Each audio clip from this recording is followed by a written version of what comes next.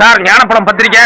ஐயா ஞானப்பழம் பத்திரிக்கை சார். ஞானப்பழம் பத்திரிக்கை. அம்மா ஞானப்பழம் சார். முக்கியமான செய்தியெல்லாம் இருக்கு ஞானப்பழம் பத்திரிக்கை. ஞானப்பழம் பத்திரிக்கை வாங்கி. நம்ம நாட்டு பொருளாதாரம் ஏன் பின்தங்கி இருக்குன்னு முக்கியமான ஒரு ஆய்வு கட்டுரை எழுதியிருக்கேன், படிச்சு பாருங்க சார் ப்ளீஸ். என் பொருளாதாரமே சரியில்லை, மத்தியான சாப்பாடே இந்த பருப்பி தான். நாட்டை பத்தி பேசுறிய? அப்படி இல்ல சார், ஜனநாயகம்ங்கிற போர்வில நம்ம நாடு ரொம்ப மோசமான சூழ்நிலைக்கு போயிட்டு இருக்கு. அதை பத்தி நீங்க தெரிஞ்சுக்க வேண்டாமா? வேண்டாயா. இதப்பா நான் ஒரு பத்திரிக்கை வாங்குறேன், 100 ரூபாய்க்கு சில்லறை வச்சிருக்கியா? கொடுக்குறேன் சார். கண்டிட்டு கத்துவான், அந்த அளவுக்கு தான் அந்த பத்திரிக்கை வாங்குறேன். பழைய ஆளுங்க நீங்க. இந்தப்பா. வேண்டாங்க, நீங்க பத்திரிக்கை வாங்கணுங்கிற அவசியம் இல்ல. உண்மையிலேயே படிக்கணும்னு அக்கறைக்கு வாங்கினா போதும். ஏங்க இது வரைக்கும் காலையில இருந்து 7 பஸ் ஏறி இறங்கியாச்சு. அவரும் தொண்டு கையே கத்திக்கிட்டு இருக்காரு. பஸ்ஸுக்கு ஒரு பத்திரிக்கையாவது வாங்க கூடாதா? ஒரு பத்திரிக்கை வாங்குங்க, ஒரு பத்திரிக்கை கொடுங்க. அம்மா காலங்காத்தால போனியாவது ஆச்சே. பரவாயில்ல, ஏதோ ஒரு தாய் கொடுத்ததுக்காவது நம்ம பத்திரிக்கை படிக்கணும்னு அக்கறை இருக்க. Good morning sir. லெட்டர் ஏதோ அர்ஜென்ட்டா டைப் பண்ணணும்னு சொன்னீங்களா?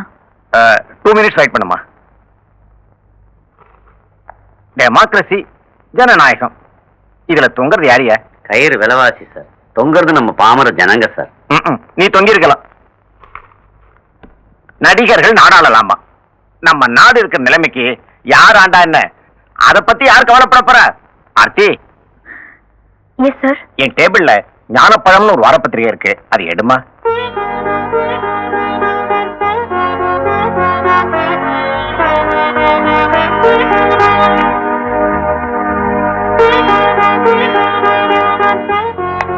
இதெல்லாம் ஒரு ஆர்டிக்கிள், இதெல்லாம் கார்ட்டூன்.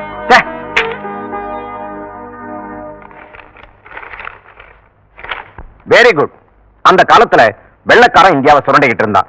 இப்ப சில ஊழல் அரசியல்வாதிக சுரண்டி கேஸ்ல மாட்டி தவிக்கிறத எவ்வளவு சூசகமா போட்டிருக்கான் பாரு. இது கார்ட்டூன். இந்த பத்திரிகை எத்தனை பேர் பார்த்திருக்க போறாங்க? இதே கார்ட்டூனை ஓம் பேர்ல நம்ம பத்திரிகையில போட்டு வல்லரசாக வேண்டிய இந்தியா கடன் பட்டது யாரால்? இதாயா இதுதாயா இன்னைக்கு நாட்டுல இருக்கிற நிலைமைக்கு ரொம்ப ரொம்ப தேவையான சமாச்சாரம். ஏயா இவனுக்கு தோன்றது ஏயா உங்களுக்கு எல்லாம் தோண மாட்டேங்குது? இது அப்படியே இங்கிலீஷ்ல ரிப்ரொடியூஸ் பண்ணி ஞானசூரியன் பேருக்கு பதிலா நம்ம பேரை போட்டுரு. அம்மா, இந்த மேட்டர் முடிய கொஞ்சம் நேரம் ஆகும். நீ லெட்டர் அப்புறம் டைப் பண்ணிக்கலாம். உனக்கு வேற ஏதாவது வேலை இருந்தா போய் பாரு.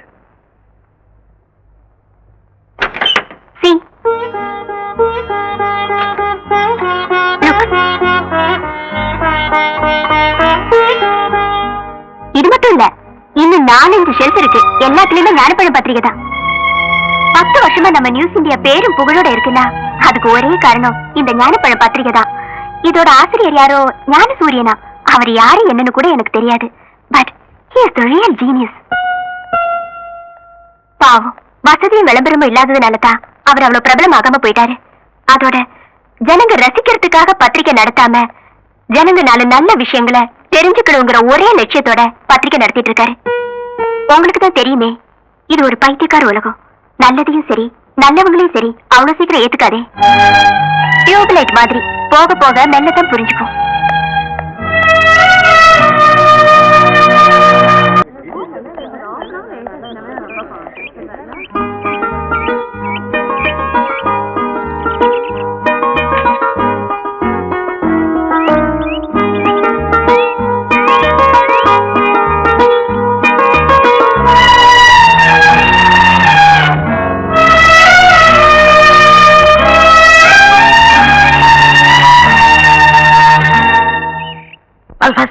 யார் வரணும்? நேத்து மிஸ்டர் ஞானசூரியனை மீட் பண்ணேன்.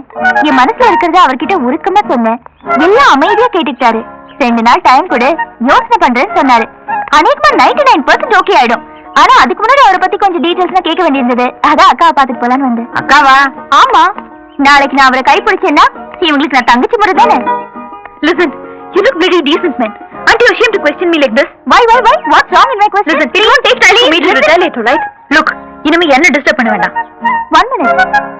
பாட்டிமா, பாவம் அக்கா தனியா இருக்காங்க. பத்திய சாப்பாடுக்கு தகுந்த மாதிரி காய்கறி வாங்காம எனக்கு தகுந்த மாதிரி காய்கறி வாங்கிருக்கீங்க. பாய்.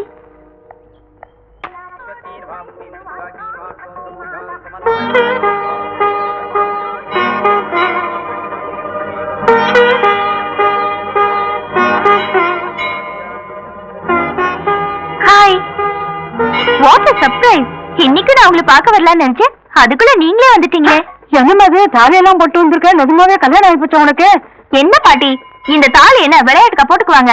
என் மேல சத்தியமா, உங்க மேல சத்தியமா, இந்த அக்கா மேல சத்தியமா, சாமி மேல சத்தியமா எனக்கு கல்யாணம் ஆயிடுச்சு. ஐயோ எனக்கா தவற விட்டுட்டீங்க? தெய்வத்தின் கழுத்தில் சூடிய மாலை தெருவில் விழலாமா? ஏங்கா கை தவறிடுச்சா? அக்கா புடிங்க.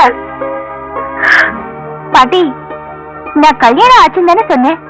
ஞானசூரியன் கூட கல்யாணம் ஆச்சுன்னு சொன்னேன். பாட்டி ஞானசூரியன் எனக்கு ஒரு நல்ல நண்பர். ஆர்த்தி அவரை டைவர்ஸ் பண்ணிட்டு தான் கேள்விப்பட்டேன்.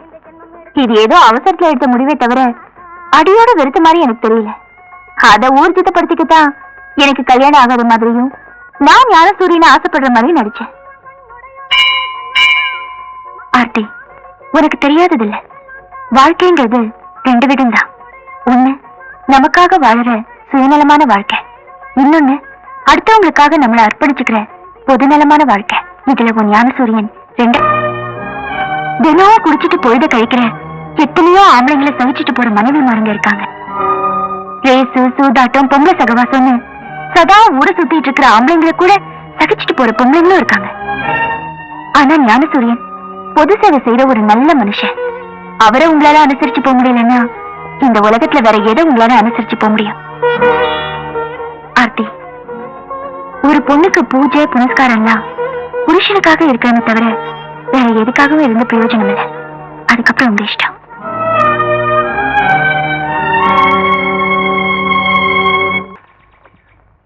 அம்மா நீங்களா? நானே கேட்டுக்கிறேன்.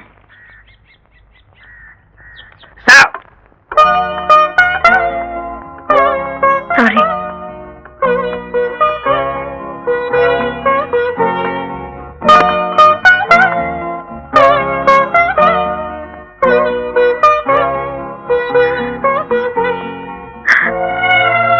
ஒரு பொண்ணு போக கூடாது எல்லையை தாண்டி போயிட்டேன்.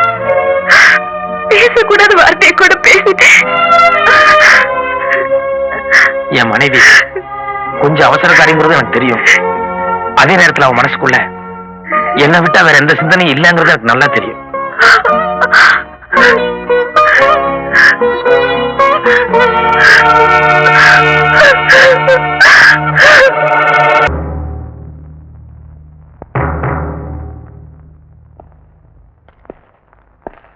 பயப்படுறதுக்கு ஒண்ணும் இல்ல.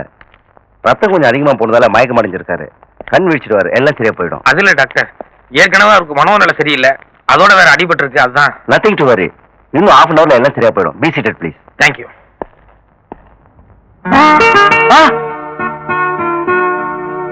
பார்வதி பார்வதி நீங்க எழுந்திருக்கூடாது, படுங்க. இல்லம்மா, என் மருமக பார்வதிக்கு என்ன ஆச்சு? கார் ஆக்சிடென்ட் ஆச்சு. பார்வதிக்கு என்ன ஆச்சு சொல்லுங்க சொல்லுங்க. கார் ஆக்சிடென்ட் எல்லாம் ஒண்ணு இல்ல, கீழே விழுந்து உங்களுக்கு தலையில அடிபட்டு இருக்கு. படுத்து ரெஸ்ட் எடுத்துக்கங்க. இல்ல டாக்டர், நிச்சயமா கார் ஆக்சிடென்ட் தான். உள்ள என் மருமக இருந்தா, அவளுக்கு என்ன ஆச்சு? யாருங்க இந்த பார்வதி? எங்க அம்மா. இவர் ஏற்கனவே மனநிலை சரியில்லாதவர், அதான் உளறிட்டு இருக்காரு. ஞானசூரியன்றவர் தான் உங்களை அட்மிட் பண்ணாரு. ஞானசூரியன். இந்தம்மா, அவர் வெளியில தான் இருப்பாரு, போய் கூட்டிட்டு வா. ஞானசூரியன் குழந்தை? குழந்தையா? அவருக்கு கல்யாணம் ஆகி அவருக்கே ஒரு குழந்தை இருக்கான்.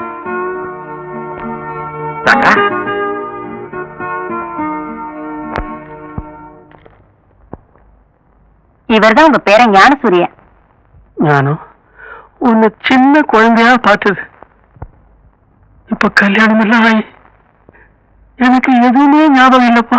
எனக்கு என்னாச்சு சொல்லு ஞானம். தாத்தா வீட்டுல போய் எல்லாம் நிதானமா பேசிக்கலாம், கொஞ்ச ரெஸ்ட் எடுங்க. இல்லப்பா, இந்த டாக்டர் எல்லாம் எனக்கு மனோநிலை சரியில்லைன்னு சொல்றாங்க. அன்னைக்கு என்ன நடந்துச்சு? உங்க அம்மாவுக்கு என்ன ஆச்சு சொல்லு ஞானம், சொல்லு. அப்ப எனக்கு 7 வயசு இருக்கும் தாத்தா.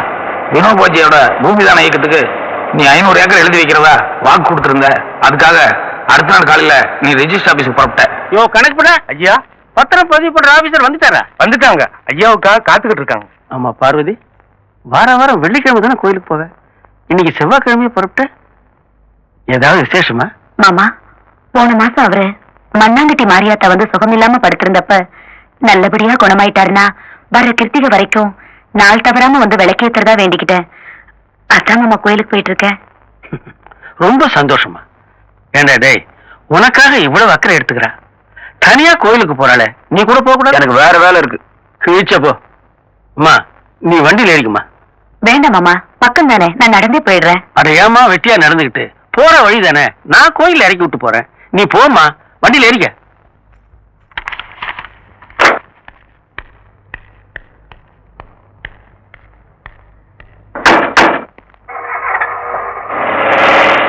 என்னையா அது? பெரிய ஒரு கார்ல போவாரு, பிரேக் கட்டியை லூஸ் பண்ணி விடு, எங்கேயாவது முட்டி மோதி சாவட்டும்னு சொன்னீங்க. நானும் பிரேக் கட்டியை லூஸ் பண்ணி விட்டேன். இப்ப ஐயா கூட அம்மாவும்ல போறாங்க. விட்டு தள்ளு. 500 ஏக்கர் பூமி நமக்கு வருதுன்னா 5-6 அம்மா வருவா. நீ கிளம்பு.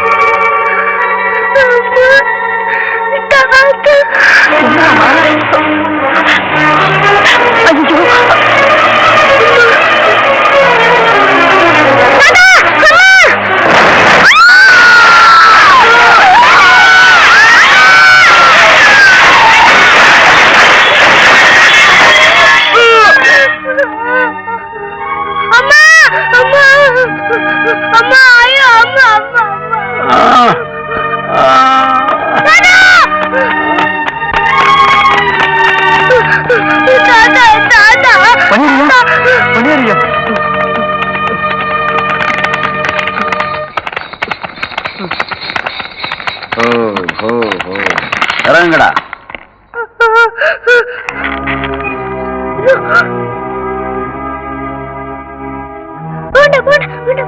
உங்க அம்மா உள்ள இருக்காங்கப்பா.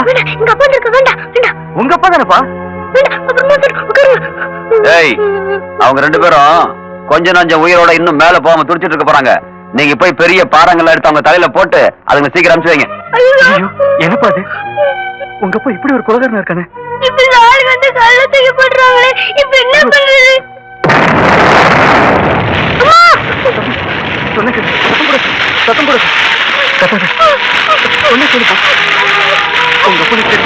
நம்மளையும் சேர்த்து கொண்டு போட்டுருவோம். சரி வாங்கடா, கொலை பண்ணிட்டு கொள்ளி வைக்கலாம் நினைச்சேன். இப்ப கொள்ளி வைக்கிற செலவு மிச்சம். யாராவது பார்த்துட்டு வந்து தகவல் கொடுப்பாங்க, அப்புறம் வந்து ஒப்பாரி வைக்கலாம். இனிமே உங்க அம்மாவை காப்பாற்ற முடியாது. உங்க தாத்தாவையாவது ஹாஸ்பிட்டல் கொண்டு போய் சேர்க்கலாம்ப்பா. வாப்பா வாப்பா.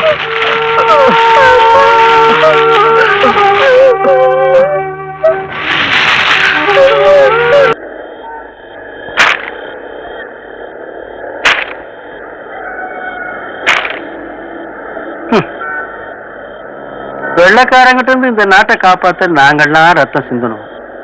நீங்க என்னடா அண்ணா இந்த கொள்ளக்காரங்கிட்ட நாட்டை ஒப்படைச்சிட்டீங்களேடா. அது எப்படிடா ஞானம்? கொலை கொள்ளைன்னு எதுக்குமே அஞ்சாத பஞ்சமா பாதகம் உங்க அப்பன். அவனை நம்பி இந்த ஜனங்க ஓட்டு போட்டு எப்படிடா மந்திரி ஆகுனாங்க? பேச்சுல தாத்தா, இப்ப கூட உள்ள ஒரு மைக்க பிடிச்சு தாயே தமிழனமே உன்னைத்தான் நான் சுவாசிக்கிறேன் நேசிக்கிறேன்னு பேச ஆரம்பிச்சா இவ்வளவு நேரம் நான் சொன்னதெல்லாம் பொய்யோன்னு நீயே யோசிக்க ஆரம்பிச்சிருவேன்.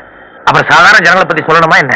இல்ல ஞானம், இந்த நாட்டு ஜனங்க மேல எனக்கு நம்பிக்கை இருக்குடா. முதல்ல காந்திஜி சுதந்திர போராட்டத்தை ஆரம்பிக்கும் போது யாருமே கண்டுக்கல. சுதந்திரத்தினுடைய பெருமை என்னன்னு புரிய வச்சதும் வெள்ளைக்காரன் துப்பாக்கி நீட்டினான். ஆனா இந்த ஜனங்க அஞ்சாம நெஞ்ச நிறுத்தி முன்னால வந்து நின்னாங்கடா. அதே மாதிரி இந்த நாட்டு ஊழல் அரசியல்வாதிகளை பத்தி என்னன்னு புரிய வச்சுட்டோன்னு வையி, அவங்க எரிமலையா குமுறி வடிக்க ரொம்ப நேரம் ஆகாது ஞானம், ரொம்ப நேரம் ஆகாது. தாத்தா, ஆமா ஞானம், உங்க அப்ப மாதிரி அயோக்கியத்தனமான அரசியல்வாதியுடைய பொய்யான முகத்தரையை கிழிச்சு சுயரூபத்தை நாட்டு மக்களுக்கு காட்ட வேண்டியது நம்ம கடமைடா ஞானம், கடமை. இல்லாட்டி நாம 2 பேரும் உயிரோட இருக்கிறதே வேஸ்டா. தாத்தா, துடிக்குது விஜயம் ஜெயிப்பது நிஜம்னு அடிக்கடி சொல்லுவியே, இங்க பாரு உணர்ச்சி வசப்பட்டு உடம்பு எல்லாமே துடிக்குது. நம்ம 2 பேரும் இப்பவே உன் புள்ள வீட்டுக்கு எதிரில் போய் நடு ரோட்ல உட்கார்ந்து சாகுமுறை உண்ணாவிரதம்னு ஒரு மிகப்பெரிய போராட்டத்தை ஆரம்பிச்சிருவோம் தாத்தா. அதை விட நாம 2 பேரும் இந்த மாடியிலிருந்து எட்டி கீழே விரிச்சு போய் சேர்ந்துடலாம். தாத்தா, பின்ன என்னடா, வெள்ளைக்காரனுக்கு மனசாட்சி இருந்தது. அதனால காந்திஜி ரூட்ல அஹிம்சா வழியில அவனை எதிர்த்து போராடினதுல அர்த்தம் இருந்தது. ஆனா உங்க அப்பா மாதிரி ஊழல் அரசியல்வாதிகள்லாம் மனசாட்சியே இல்லாத கொள்ளைக்காரனுங்கடா. அவனுக்கு காந்திஜி ரூட் சரிப்பட்டு வராது. நேதாஜி ரூட்ல போய் அதிரடி தாக்குதல் நடத்தினாதான் சரி வரும். Come on, follow me. தாத்தா, இப்ப நம்ம எங்க போறோம்? நானும் எங்க போறோம் எதுக்கு போறோம்னு கேட்டு என் டைம் வேஸ்ட் பண்ணாத. நான் ஒரு யுத்தத்துக்கு ரெடி ஆயிட்டேன். ஜெய் ஹிந்த் நேதாஜி, தாத்தாஜி.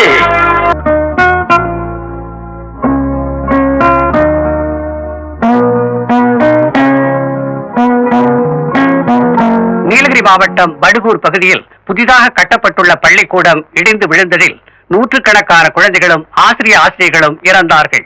இடிபாடுகளுக்கிடையே சிக்கியவர்களை மீட்கும் பணியில் காவல்துறையினரும் தீயணைப்பு படை துறையினரும் ஈடுபட்டுள்ளனர்.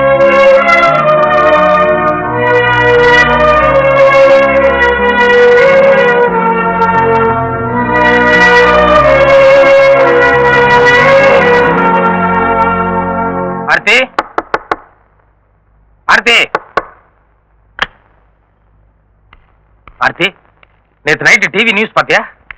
பாத்தேங்க. நியூஸும் பார்த்தேன். நியூஸ்ல நீங்க ரொம்ப அக்கறையோட சமூக சேவை செஞ்சதையும் பார்த்தேன்.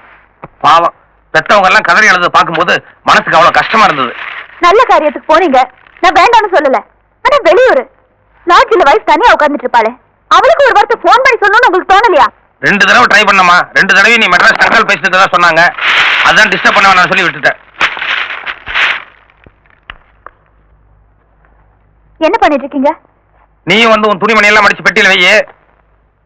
நம்ம 2 பேரும் உடனே மெட்ராஸ் போறோம். துணியெல்லாம் மடிச்சு வைக்க சொன்னேன். என்னங்க நம்ம ஹனிமூனுக்கா புறத்து இருக்கலாமா? அதை விட முக்கியமான வேலை இருக்கு. டிக்கெட் எல்லாம் கூட போட்டாச்சு. சீக்கிரம்.